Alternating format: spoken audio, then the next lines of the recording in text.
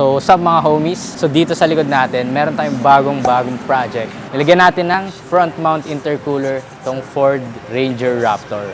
So, si sir, gusto niya, tanggalin natin yung catalytic tsaka palitan natin yung mga tubo kasi alam nilang puputok din to pag tumagal yung mga tubo na stock. Kasi yung mga stock na yun parang mga rubber, plastic na combination. So, kadalasan talaga sumasabog yan, kailangan palitan, medyo matagal, magastos. So, papalitan natin siya ngayon ng stainless. So, ito yung stainless na yun. So, ito sigurado hindi sasabog kasi bakit naman sasabog ang stainless, di ba?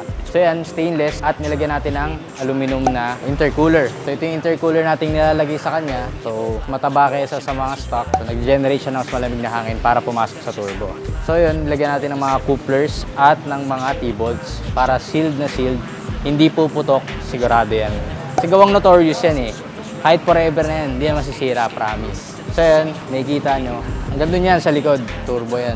Yung downpipe natin, nilagyan din natin siya dahil gusto ni sir magtanggal tayo ng catalytic converter. Para may extra hatak, yun, power, tunog, tsaka syempre yung tipid sa gas.